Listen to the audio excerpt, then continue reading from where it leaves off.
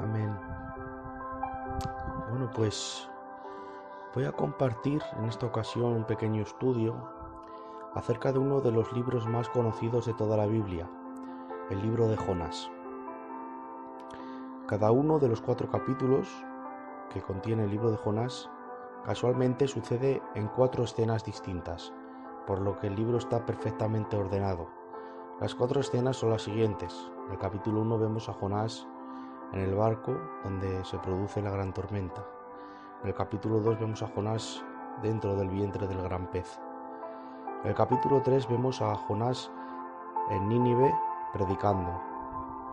Y en el capítulo 4, el último, vemos a Jonás a las afueras de Nínive y le encontramos bajo una calabacera dialogando con Dios. Este profeta arrastra detrás de sí una etiqueta conocida por todos nosotros. Y es que si preguntamos quién era el profeta rebelde, automáticamente nos viene a la mente el nombre de Jonás. Jonás es un profeta que ha estado estigmatizado desde siempre, pues incluso los fariseos y los escribas, que son grandes conocedores de la ley, y los profetas, ni siquiera le consideraban un profeta aprobado por Dios a Jonás. ¿Cómo sabemos esto? Bueno, resulta que Jonás fue un profeta que nació en Galilea, era Galileo. Sin embargo, podemos ver en Juan capítulo 7, verso 52, como estos doctores de la ley le dijeron a Jesús: investiga y verás que ningún profeta surge de Galilea, refiriéndose acerca de Jesús. Creo que es difícil pensar que cometieron un error al no acordarse de Jonás, ya que esta gente vivía meditando en la ley y los profetas prácticamente las 24 horas. Además, la forma en la que lo dicen, como desafiando: investiga, escuadriña, y verás que ningún profeta ha salido de Galilea, nos da a entender la seguridad con la que afirmaban esto. Es por eso que podemos pensar que no tomaban en cuenta el oficio de Jonás como profeta aprobado por Dios. Uno de los objetivos que me he propuesto a la hora de compartiros este pequeño estudio acerca de este libro tan extraordinario es el de justificar de alguna manera a este profeta. A través de este estudio vamos a ver que Jonás no es simplemente el profeta rebelde del que siempre se nos ha predicado, sino un hombre de Dios, que discernía perfectamente la voz de Dios y que conocía muy bien el corazón de Dios.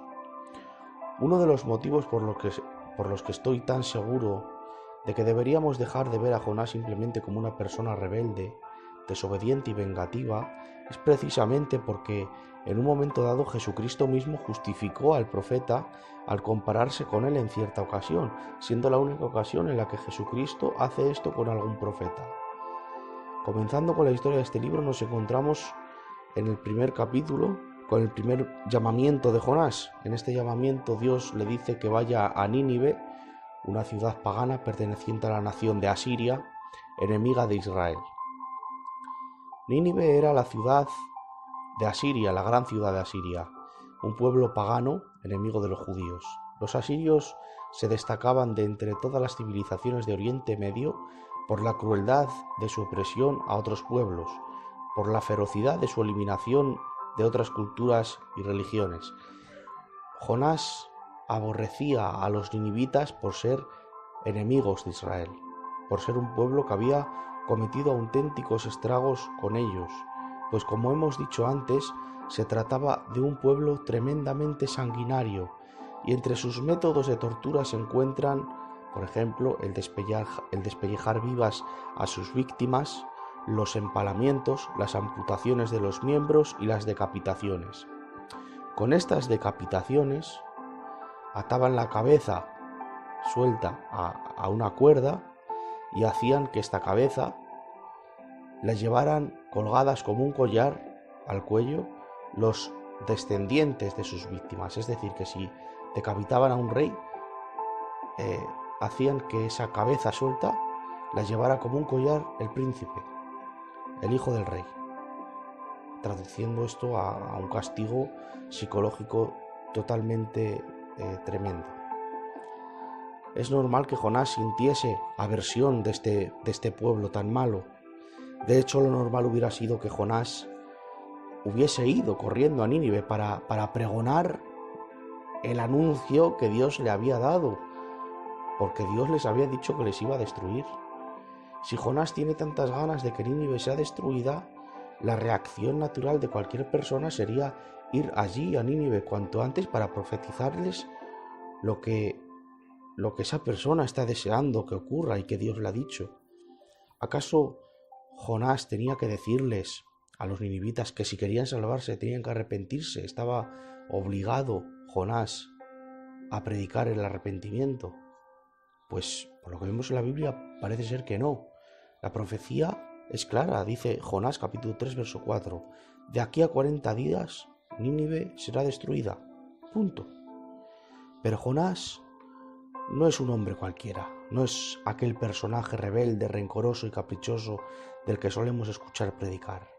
No, Jonás conocía a Dios y sabía que si Dios no hubiese determinado darles otra oportunidad, pues no habría razón para mandarle a Jonás a avisar de su destrucción a los ninivitas.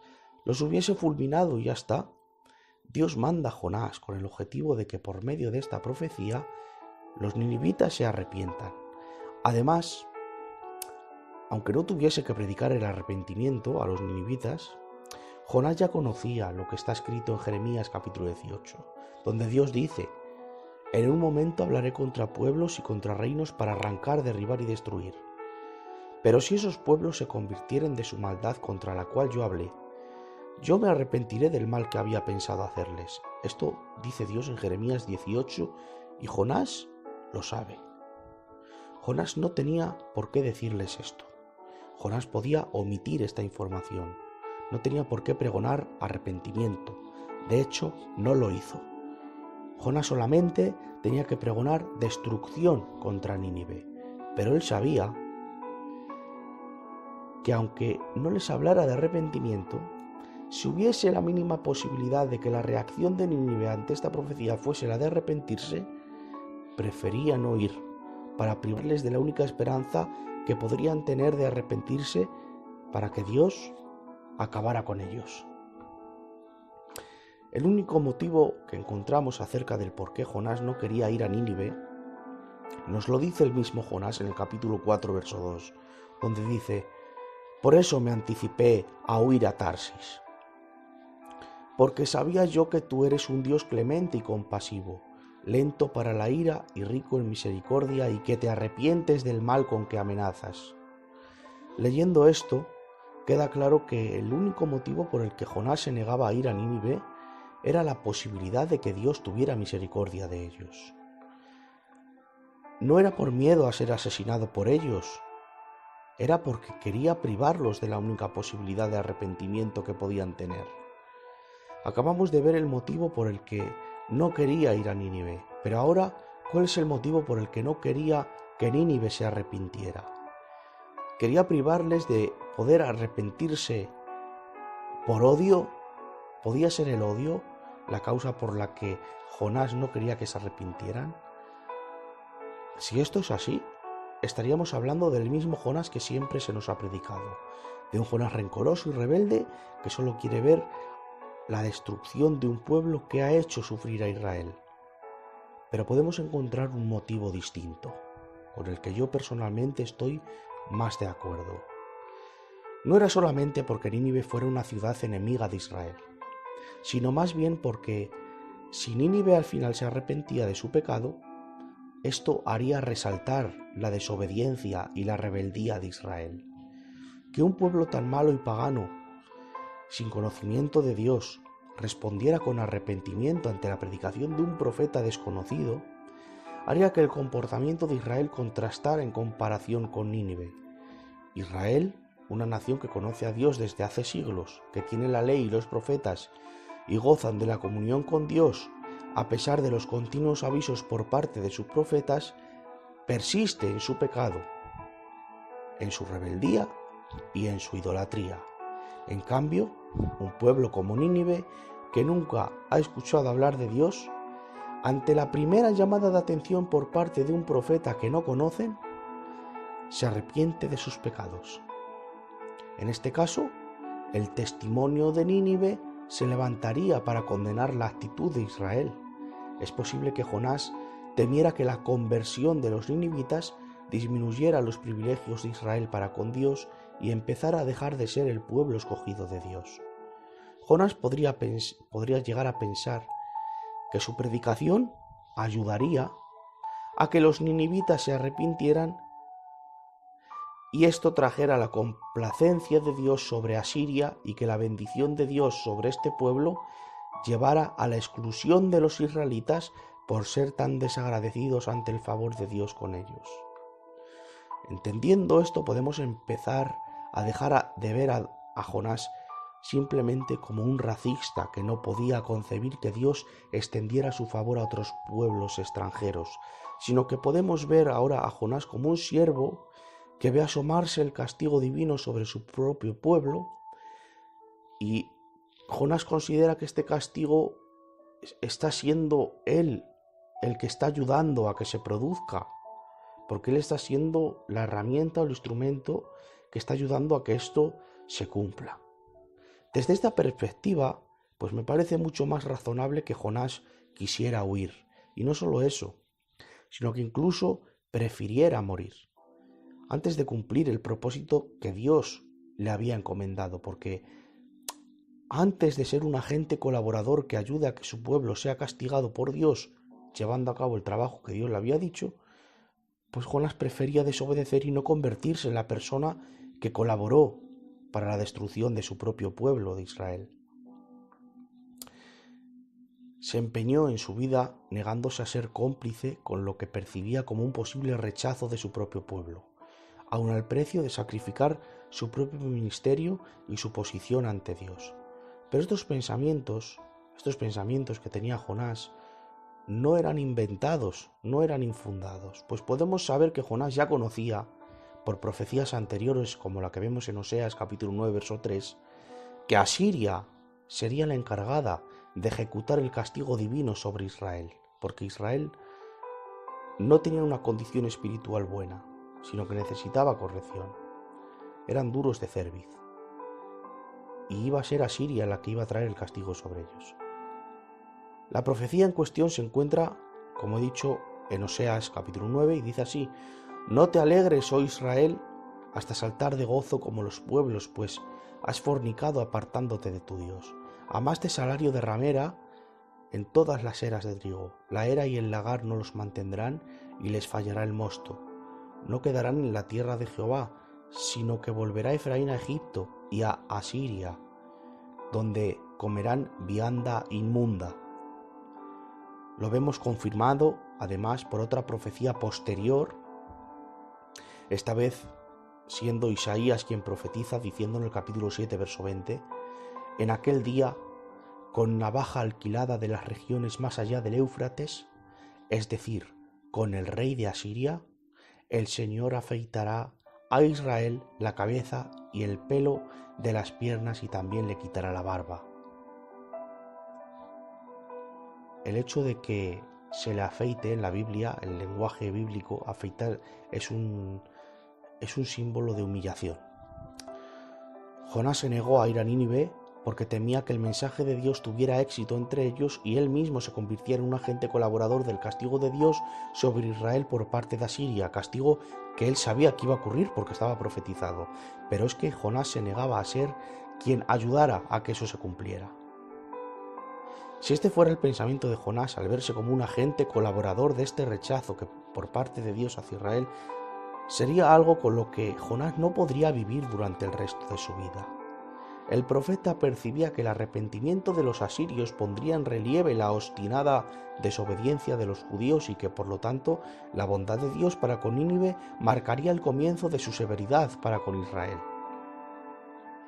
La huida de Jonás es un acto de desesperación que conlleva el rechazo de su ministerio espiritual y aun de sus derechos como miembro del pueblo de Dios.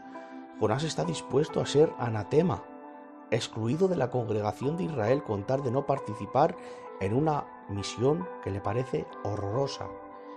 Esa es la razón por la que Jonás huye de la presencia de Dios. Al final, como ya sabemos, sus esfuerzos para huir del propósito de Dios, pues fueron en vano. Y al final terminó yendo a predicar a Nínive, no sin antes pasar por el duro proceso del trato de Dios. Podemos ver que a lo largo del Antiguo Testamento, que Dios trata a sus profetas de forma bastante particulares, haciéndoles vivir en sus propias carnes el mensaje que después tienen que transmitir. Así pues, encontramos, por ejemplo, en una ocasión a Isaías, que tiene que vagar desnudo durante 3 años enteros por las calles para después profetizar que así como él ha estado desnudo, andarán desnudos la gente de Egipto y Etiopía cuando Asiria les conquiste. Esto es un ejemplo. Otro ejemplo puede ser la ocasión en la que Dios le dice a Ezequiel que Dios se va a llevar a su mujer, a la cual amaba profundamente.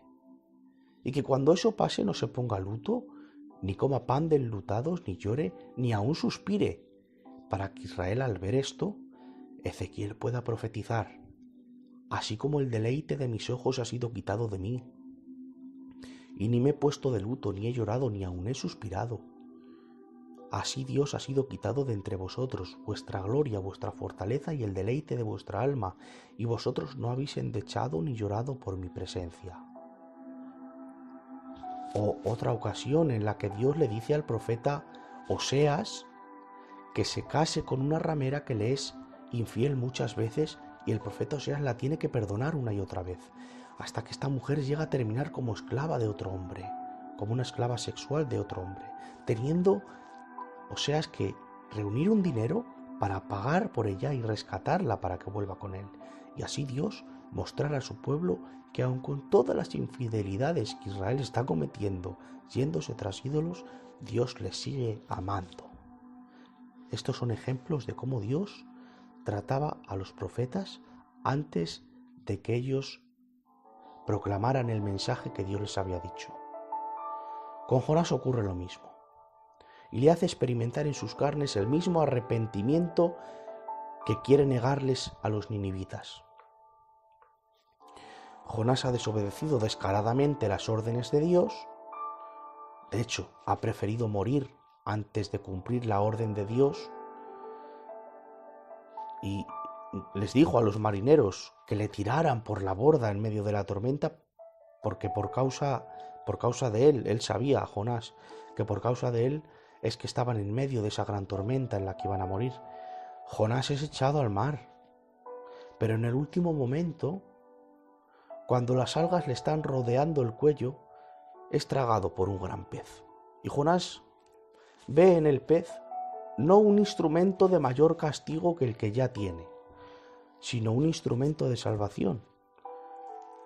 Por eso, si leemos el capítulo 2, que es donde se encuentra la oración que Jonás hace desde el vientre del gran pez, esta oración parece como si fuera una oración hecha después de haber salido del pez, porque dice, por ejemplo, tú sacaste del hoyo mi vida. Pero la Biblia es clara y nos dice que Jonás oró desde el vientre del gran pez. Jonás dice estas palabras estando dentro del pez. Cuando Jonás comprende que Dios no le ha desechado, aunque se lo merecía por su desobediencia descarada, es cuando está preparado para ir a predicar a Nínive, porque esa misma oportunidad de arrepentimiento que no se merecía Jonás fue ofrecida por Dios, y ahora quiere que los ninivitas tengan esa oportunidad también, aunque no se lo merezcan. Pero aún así, después de esta experiencia, aunque sí que le ha valido para convencerle de ir a Nínive, no le ha convencido para no desear su destrucción. Jonás sigue deseando que Nínive sea destruida. En este momento nos encontramos en el capítulo 3, donde ya aparece Jonás en Nínive para pregonar el mensaje de destrucción. Decir que una de las evidencias por las que podemos decir que Jonás era un profeta aprobado por Dios la encontramos en el verso 3 de este capítulo, donde podemos comprobar que Jonás nunca abrigó la idea de tergiversar ni de introducir sus propias ideas al mensaje que Dios le había mandado proclamar en Nínive. Como todos los profetas de Dios, todos los profetas verdaderos, habló lo que Dios le dio, ni más ni menos.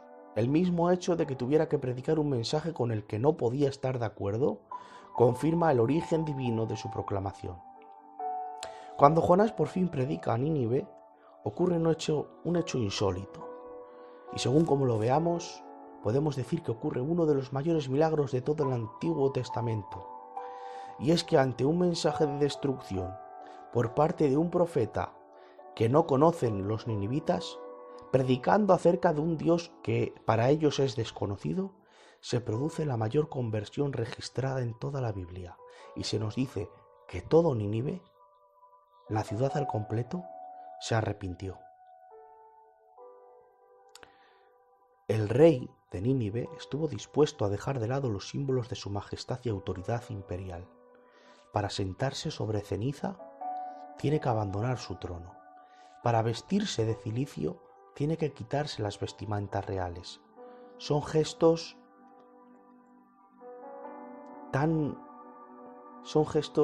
elocuentes que dan expresión a una humillación y a un reconocimiento por parte del rey acerca de la soberanía de Dios. El rey, después de decretar ayuno nacional, menciona estas palabras en uno de los versos. ¿Quién sabe si quizás Dios se vuelva? Jonás había predicado destrucción, pero Nínive y el rey quisieron dar muestras de arrepentimiento, sin haberse predicado arrepentimiento, porque Jonás no lo mencionó, pero ellos tuvieron esa reacción. Y además, sin saber en lo que acarrearía, porque el mismo rey dice, después de proclamar ayuno, ¿quién sabe si quizás Dios se vuelva? Esta frase indica que el rey de Nínive ha entendido que Jehová no es un Dios que puede ser manipulado por las acciones humanas. Él es el Dios soberano y hace lo que le plazca. Entiende que las oraciones y demás actos de contrición y penitencia nunca pueden merecer la anulación de las sentencias de la justicia divina.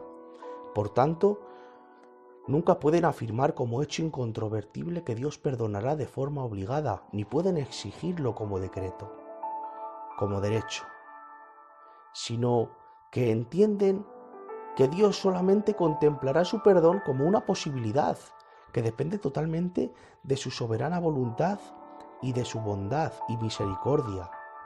Dios no está bajo ninguna obligación de perdonar su maldad y violencia a los humanos, y desde luego no puede ser manipulado por el hombre. Los ninivitas solo pueden echarse sobre su misericordia y dejar en manos de Dios el desenlace. Puede parecer una contradicción que Dios, que es inmutable, cambie de idea. Y lo que tenía pensado hacer en un principio contra los ninivitas, que era destruirles, al final se tradujo en perdón sobre ellos. Pero el arrepentimiento de Dios del que habla la Biblia nunca es arbitrario, sino una respuesta consecuente y coherente, justa y misericordiosa ante las acciones humanas. En realidad, quienes cambiamos somos nosotros, los seres humanos, junto a la aparente variación de la acción de Dios, no es más que la coherente aplicación de su carácter eterno al fluctuante comportamiento del hombre. Al volverse de sus malos caminos, los ninivitas hacen que Dios también se vuelva de su juicio. Esta es una característica inmutable de Dios. Castiga sin piedad y con plena justicia a los que endurecen su corazón ante sus advertencias, pero se deleita en mostrar misericordia a los que se vuelven de sus malos caminos. El arrepentimiento de Dios no surge de un carácter variante e indeciso, sino de los principios claramente enunciados y firmemente establecidos de Dios. Los cambios de Dios brotan de su inmutabilidad. Como diría Dios unos años después a través del profeta Jeremías, es un verso que hemos mencionado antes. En un momento yo puedo hablar contra una nación o contra un rey, de arrancar y destruir, pero si esa nación contra la que he hablado se vuelve de su maldad, me arrepentiré del mal que yo pensaba traer sobre ella. Los ninivitas sin tener los beneficios del pueblo de Dios, como la adopción, la gloria, los pactos, la promulgación de la ley, el culto y las promesas, respondieron con auténtica contrición y humillación ante la predicación de Jonás. Y eso fue recompensado por Dios con misericordia en ese momento. Desafortunadamente, la conversión de los ninivitas no fue duradera y poco después el profeta Nahum y el profeta Sofonías tuvieron que volver a profetizar contra la ciudad y proclamar su destrucción. Esta destrucción se produjo a manos de los babilonios en el año 612 a.C., pero podemos esperar por lo menos que la conversión haya durado al menos el tiempo de aquella primera generación que sí se arrepintió. Pero en el tiempo de la predicación de Jonás, como hemos dicho antes, Nínive sí se arrepintió y eso produjo en Jonás una gran desesperación. Nuestra lectura presupone que Jonás veía venir lo que Isaías, en una generación posterior, diría de una manera más explícita, que los asirios iban a ser el instrumento de Dios para la destrucción de Israel, como vemos en Isaías capítulo 10, del 5 al 34. Jonás veía con claridad el juicio que se avecinaba. Además, Oseas, como hemos dicho antes, también lo profetizó en días de Jonás. Se hundió Jonás no por aborrecer a los gentiles, sino porque amaba a su propio pueblo, a Israel, y veía en Nínive el martillo destructor de Dios. Comprendía que el perdón de aquellos gentiles arrepentidos traería como contrapartida la condenación de un Israel que no quería arrepentirse. Nuestras Biblias traducen repetidamente que Jonás se enojó o se enfadó. Lo vemos en el capítulo 4, versos 1, verso 4 y verso 9. Pero es más correcto admitir que podría traducirse como que se entristeció, que estaba profundamente dolido, que se hundió o se desalentó. Pienso que estos matices y no el del enfado encajan mejor en el resto del capítulo y que por lo tanto debemos borrar toda idea de que Jonás sufra un ataque de ira o de rabia, porque alguien que tiene un ataque de ira lo que quiere hacer es cortar cabezas. Sin embargo, vemos a un Jonás que se encuentra en una profunda depresión, sin fuerzas, pidiendo morirse. Debemos borrar de nuestra mente la imagen de un profeta enfadado y en plena rebeldía contra la voluntad de Dios, y poner en su lugar a un gran siervo de Dios abrumado por una fortísima tristeza y sujeto a una angustia tan terrible que le conduce a ansiar la muerte. Después de esta predicación encontramos a Jonás a las afueras de Nínive, bajo una calabacera, en un lugar donde puede ver la ciudad, albergando una última y mínima esperanza de que Dios pueda destruirles. Jonás se sienta y espera, con una mínima esperanza de que Dios al final cumpla con el mensaje que ha profetizado a los ninivitas. Bajo la sombra de una calabacera, Jonás espera ansioso la destrucción de Nínive. El significado exacto de la palabra hebrea traducida como planta, que solamente aparece aquí en toda la Biblia, es desconocido. No sabemos, pues, con plena certeza si la planta en cuestión es una calabacera u otra especie de planta, aunque por las características que se mencionan de la planta es muy probable que fuese una calabacera. Independientemente de que fuera una calabacera u otro tipo de planta, el caso es que era una planta que le daba sombra. Esta calabacera fue provista por Dios para dar una lección a Jonás. Esta planta fue utilizada por Dios para enseñarle importantes lecciones espirituales al profeta. Si antes su tristeza ante el perdón hacia los ninivitas fue desmesurado, ahora algo tan pequeño como la provisión de sombra le lleva al otro extremo. De estar en una depresión profunda, vemos cómo Jonás en un momento pasa a estar eufórico. Por primera y última vez en esta historia vemos a Jonás feliz, entusiasmado, exaltado, simplemente porque tiene sombra. ¿Por qué? ¿A qué se debe esto? ¿Acaso Jonás es tan caprichoso? Jonás, por lo que sabemos en el resto de la historia, no es la clase de persona que encuentra su felicidad en las comodidades materiales y se angustia en situaciones incómodas. Al contrario, hemos visto en Jonás a una persona dispuesta a afrontar grandes inconvenientes, como morir antes de cumplir lo que Dios le había encomendado.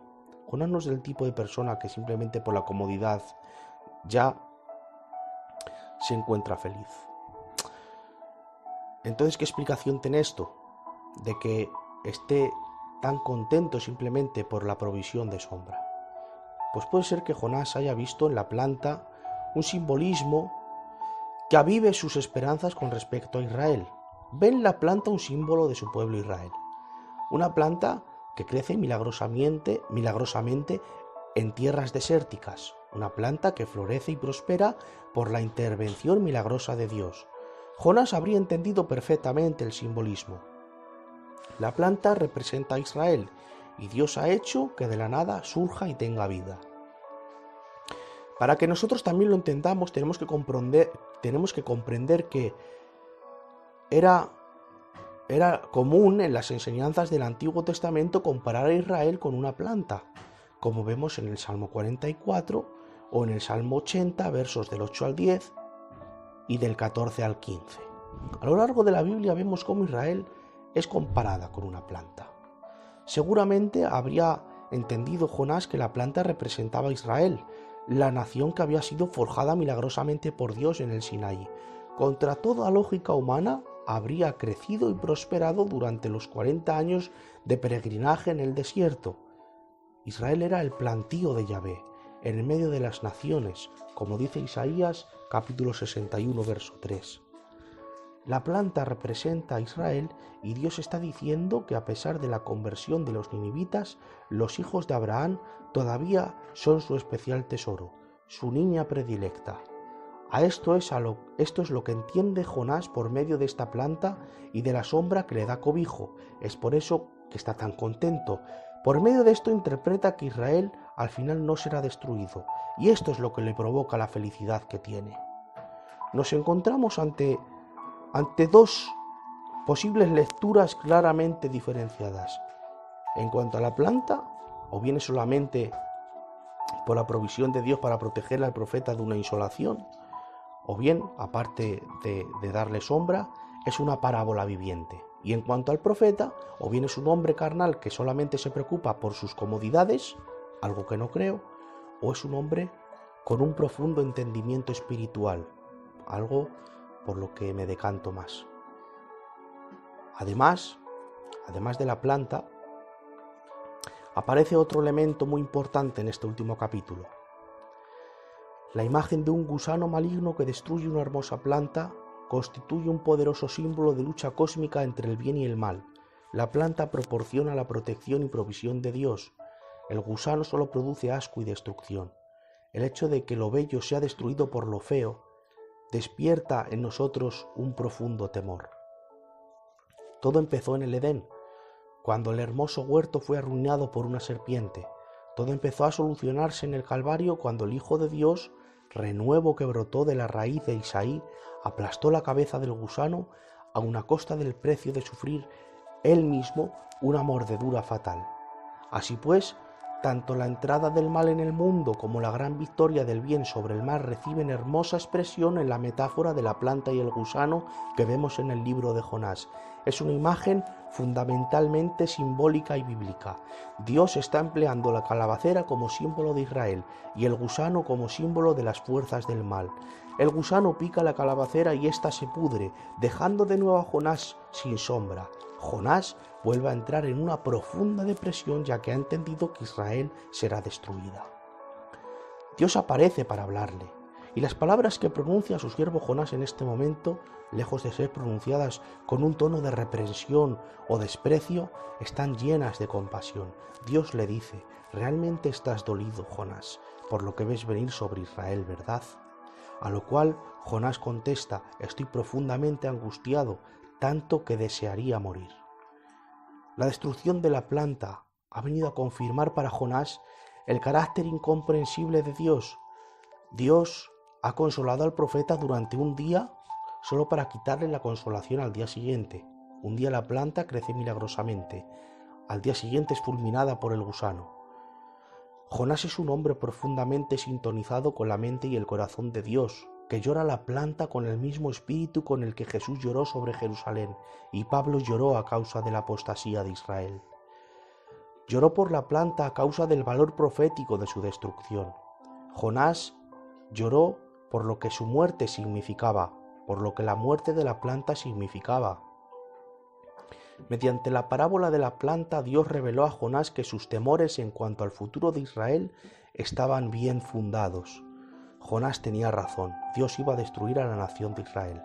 Dios había preparado un gusano, Asiria, que mordería la planta, exponiendo a los que ella abrigaba al calor aplastante del sol del juicio divino. Ahora Dios le está diciendo a Jonás que Israel será castigado y que el temible gusano cumplirá la sentencia del juicio divino. Los asirios serán el martillo en manos de Dios para destruir a la nación rebelde. En Israel, Jonás había predicado las maravillas de Dios y sus bendiciones sobre Israel. Sin embargo, Israel, en vez de responder con arrepentimiento y agradecimiento a Dios por su misericordia, Israel responde aumentando su práctica de idolatría. Ante la reacción de Israel, el profeta se desespera porque la dureza de Israel contrasta con el espíritu dócil y arrepentido de los ninivitas. Si un pueblo gentil como Nínive, que no conoce a Dios, es capaz de prestar atención a las advertencias divinas proclamadas por un profeta desconocido para ellos y así salvarse del juicio de Dios, ¿qué esperanza puede haber para un pueblo que sí que conoce los caminos de Dios, pero que sin embargo se endurece ante las advertencias de los profetas? Ve venir el implacable castigo de Dios que se pronuncia en las Escrituras. ¡Ay de Asiria, vara mía, y báculo en cuyas manos está mi indignación! Contra una nación impía la envío, y contra el pueblo de mi furor la mandaré, para que capture el botín y tome despojos y los pisotee como el lodo de las calles. Así está escrito en Isaías capítulo 10, versos 5 y 6. La desaparición de la calabacera representa el derrumbamiento del mundo de Jonás. En sus entrañas, Jonás siente una profunda sacudida, irrumpe en incontenibles lágrimas de dolor y desesperación. Es como si Dios le estuviera diciendo a Jonás: Jonás, estás profundamente dolido a causa de la suerte que ves venir sobre Israel, ¿verdad? Lloras la suerte de la planta porque sabes que simboliza lo que más temes, el juicio de tu pueblo. Pero tú no creaste la planta, ni tampoco al pueblo. Yo, en cambio, sí. La planta es posesión mía, como también lo es el pueblo que la planta simboliza. Israel es mi posesión especial. Yo me esforcé en su formación y me esmeré cuidándolo y protegiéndolo. Lo planté, lo cultivé y lo hice crecer. Tú no tuviste parte en la formación de Israel, aunque te has beneficiado de sus bendiciones. Yo, en cambio, estuve allí desde el principio. Vi la aflicción de los israelitas en Egipto. Llamé a Moisés, manifesté mi poder y autoridad en las 10 plagas y con mano poderosa redimí a Israel. Separé las aguas para que no cayeran en manos del ejército de Faraón.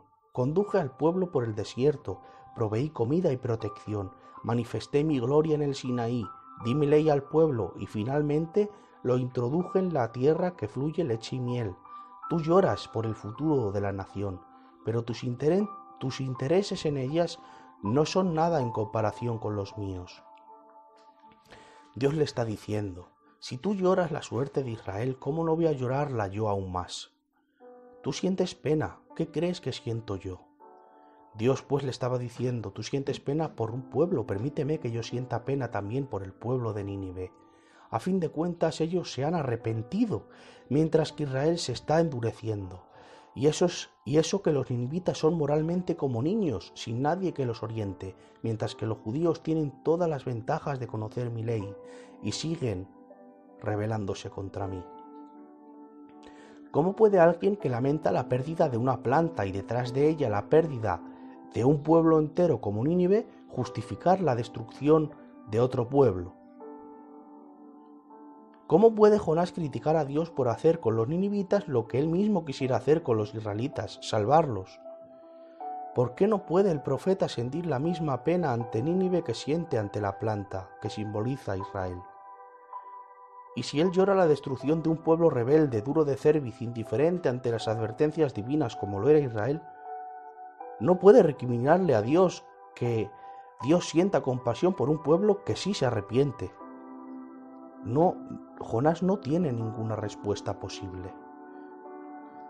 Así pues, a través de estas palabras finales y en base a la parábola de la planta y el gusano, Dios razona con su siervo para hacerle entender las contradicciones e inconsecuencias de su corazón y para despertar en él los mismos sentimientos entrañables que caracterizan el corazón de Dios.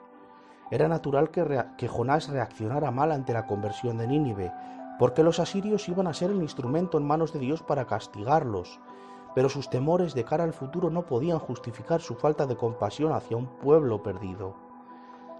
Para terminar, quisiera hacer una comparación con nuestro Señor Jesucristo, ya que como sabemos en cierta ocasión Jesús le mencionó a Jonás comparándose con él. Jesús, como Jonás, expresa su profundo dolor por la dureza del corazón de los israelitas y por el castigo divino que se les avecina. Comparte los sentimientos del profeta. Para decir lo mismo, pero al revés, Jonás se revela como anticipo y tipo de Jesucristo. Pero podemos ir aún más lejos. Jesús no solo lamenta la incredulidad de Israel, sino que también gemía en espíritu al ver el apetito espiritual de los que no eran israelitas y las claras evidencias de que ellos iban a abrazar el evangelio antes que los judíos. Gemía no por racismo, porque Jesús no hacía acepción de personas, no era un xenófobo, sino que gemía porque comprendía con Jonás que de alguna manera la conversión de los que no eran judíos era la respuesta de Dios ante la caída y exclusión de los judíos. La cercana bendición de los gentiles es una cara de la misma moneda que representa en su otra cara la perdición de los judíos. La salvación de los gentiles significa el juicio de los judíos. Aunque claro está, todo está orquestado por la soberanía de Dios y todos aquellos que creen en Jesucristo, tanto judíos como no judíos, serán salvos. Como dice la Biblia, porque Él de ambos pueblos hizo uno solo mediante la cruz, derribando la pared intermedia que los separaba, porque por medio de Él, judíos y no judíos, tenemos entrada por un mismo espíritu al Padre. Ya no hay judío ni griego, no hay esclavo ni libre, no hay varón ni mujer, porque todos vosotros sois uno en Cristo Jesús. Hasta aquí el estudio acerca del libro de Jonás. Que Dios os bendiga mucho.